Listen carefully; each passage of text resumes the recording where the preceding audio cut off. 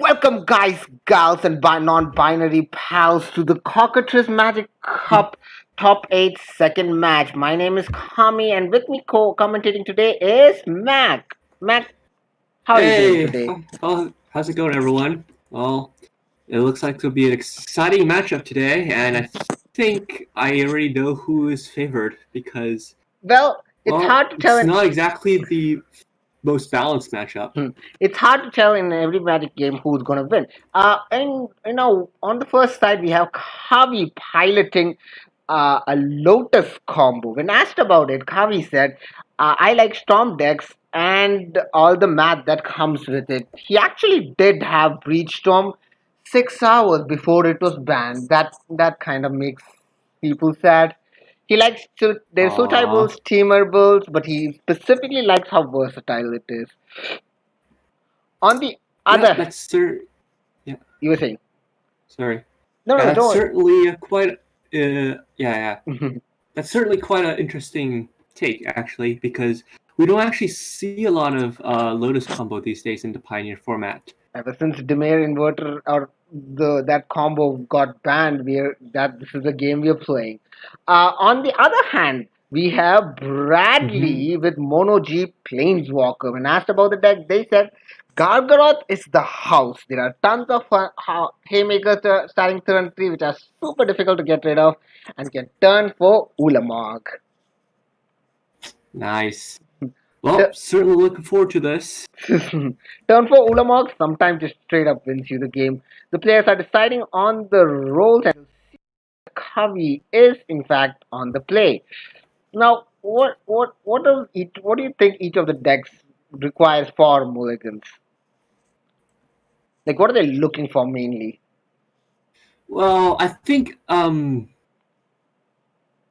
flying is just Kavi is looking for a quick, consistent combo. There is not much interaction coming the way of in terms of any counter spells Mm-hmm. or hate pieces from Bradley's side. At least until turn 4, that's when they can actually get some They are action mono. going. They are But mono. until then, Until then. yeah, they're on mono green. It's hard for mono green to interact Mm-hmm. on stack. Either way, Botanical And Sanctum by Kavi yeah, without a turn one play. Let's see what the rest of the a forest as expected into Elvish Mystic. Elvish Mystic. Turn one mana dog, always the right play. Yeah. Mm-hmm. So getting off the ground here with a turn 1 mana dork. Looks like Strategic Kavi's plan. playing strategic planning. The top three cards of Card the library. selection is always good to have. Mm-hmm. The strategic planning So is I often. think Mm-hmm. You think? the key cards from mono green is getting a quick Ulamog is always nice, but also getting Karn down so that they can play hate pieces such as Grafdigger's Cage and Godpharaoh Statue. I think that's the key for success here, because if you can't get those pieces down, there's basically no interaction between those two decks. Mm-hmm. Discarding a Thespian Shade and a Sylvan Scrying implies that they have enough lands. They have enough lands to pull off the combo. Tapping a green mana for Oath of Nissa, another piece of the ramp. There's a very real chance that they've missed completely on the Oath of Nissa, but there's also a chance that they completely don't and put down a Nykthos. Oh, it only gets Forest. My brain's huge.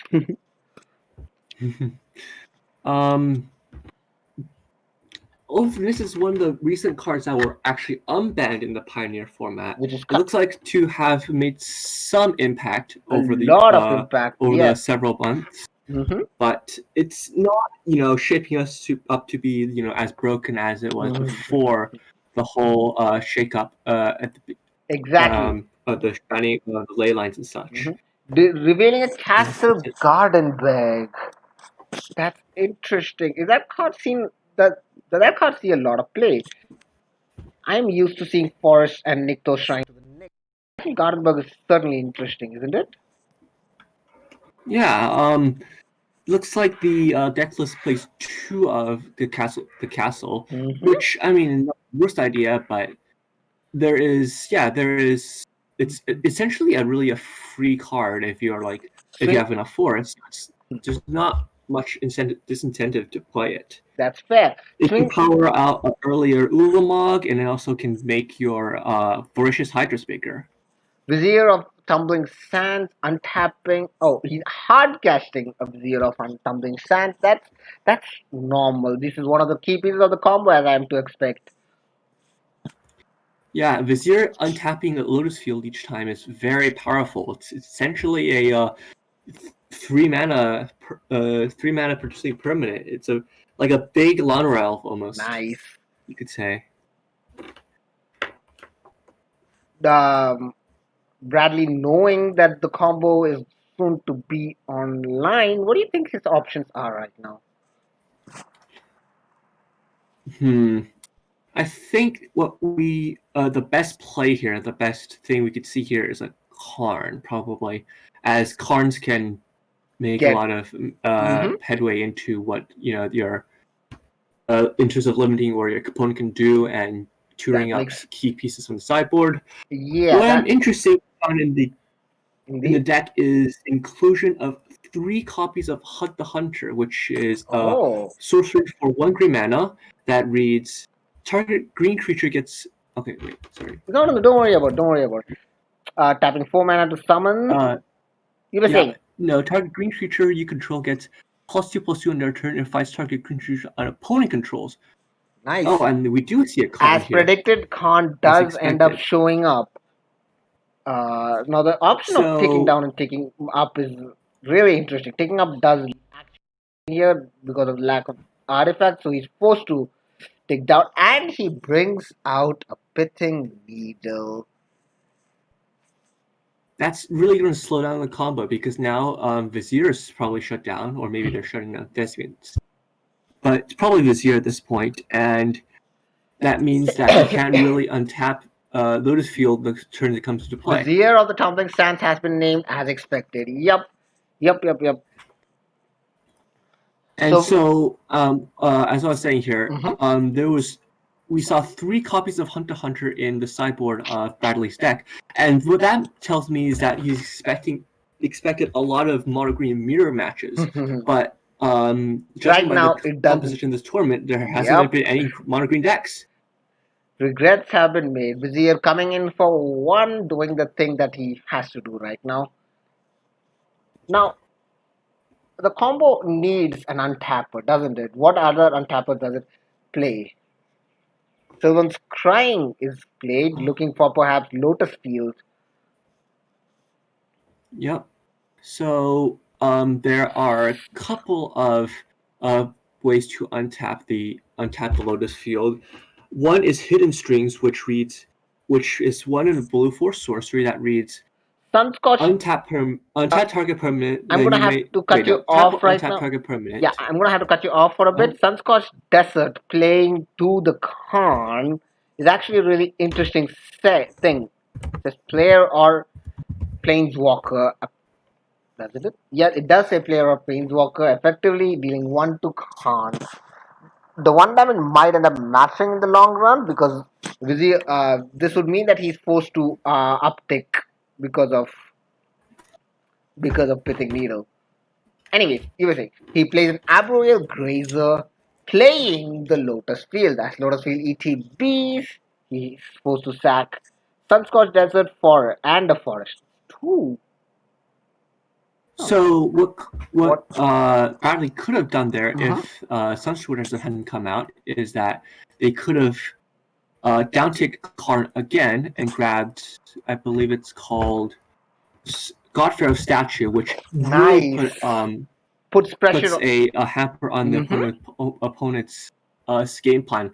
Spells your opponent casts cost 2 more to cast, which means that you are very struggling to combo off through that. Exactly. Bradley is in a tough spot. That being said, the entire combo on Kavi's side is not online. Can a Ulamog or a creature actually save this game? Both players in the tank right now. They have total of 5 mana. 5 mana gets you a lot of interesting things. Most notably, and Nissa who shakes the world. I wonder if that tap tap tap Oh, using the does look five like mana. Insert Nissa has come into play, and Here we yep. have Nissa who shakes the world. Every forest makes extra mana. Uptaking Nissa to untap a castle Gattenberg. Oh, doesn't say forest. Make a 3/3 Mhm. creature. Nissa who shakes the world, a very key player in Standard and showing up in Pioneer is not a surprise. Yep, Nissa has been a very strong card, has been Hmm. evidenced by all the tournament play she's been seeing. And honestly, I've been kind of fed up of playing against her in Standard. Yep, either ways. Either ways. Flying taking 3 right now and untapping with the Lotus Field. The question then becomes, does he have the combo now? Since Vizier of the Tumbling Sands has been shut down, he has to find another way to untap Lotus Field, a way which hopefully isn't affected by summoning sickness. Tapping 5 mana to play.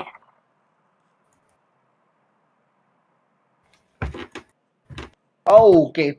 Using the Thespian stage to copy a Lotus Field. Now, this is an interaction that you see a lot in these kinds of deck, I assume, because since it hasn't entered the battlefield, it's already tapping for 3 mana. That's 6, 7 total mana by the next turn.